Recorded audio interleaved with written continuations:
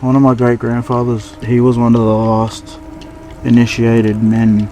He says, I do not like to see the island as it is now, being knocked about the way they're doing. All of my old friends have gone, and the island is not like it used to be. All we left was a few footprints.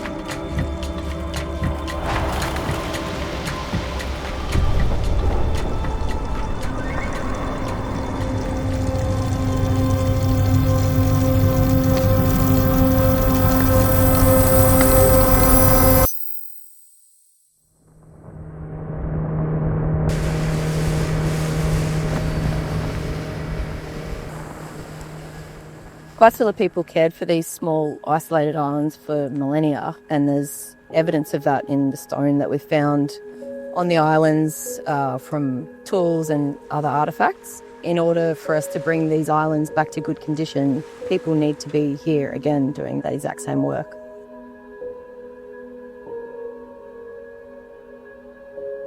Because the islands have been left to their own devices for such a long time, that's why we're seeing the encroachment of weeds and woody thickening like we've got going on here. These places would have been managed in the past and they would have looked quite different. When we had significant flooding a couple of years ago, the sediment that washed down smothered a lot of the seagrass, which had a direct impact on the turtle and dugong populations in this area. So yeah, there's definitely different challenges now facing these islands, but if people aren't here looking after the islands, then the threat to the native species here is really huge. That's kind of what makes this project really interesting, because it's about trying to get Butchulla people back on country, looking after the places that they would have been looking after for a really long time.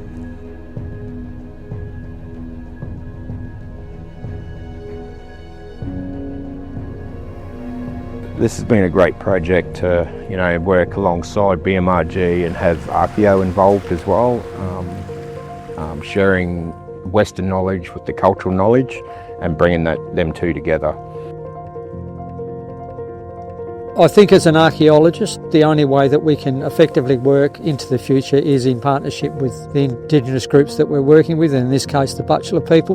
The whole of the Sandy Straits has sort of been well recognised for perhaps 50 odd years or so for its rich Aboriginal heritage, but that said, it's very, very poorly understood, as much for the Butchulla people as it is for the scientific community. So this is an ideal opportunity to get a bit of a snapshot about what's happening on the various islands so that we can start to understand the spatial distribution of some of that cultural heritage.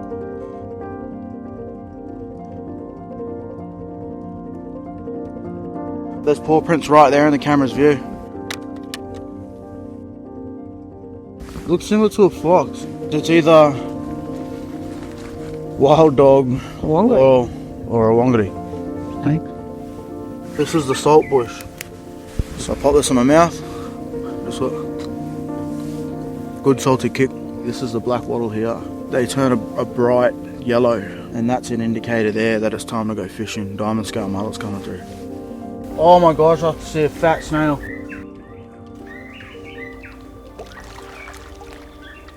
This is our macca's here. Only this one, it's more healthy for you. And it's straight from country. I think when you treat the environment as a living, breathing thing with a soul of its own, you treat it with so much more respect. The environment is not just a resource, it's something that we all depend on, and it has a life of its own that needs to be respected.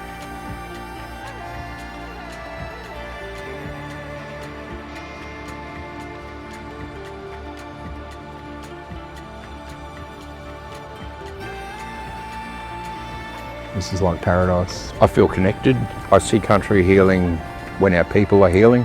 So if we got healthy people, we got our youth are healthy and enjoying being out on country, they're out healing country as well because they're getting healed. We need to look after it for the next generations to come and, generations after that.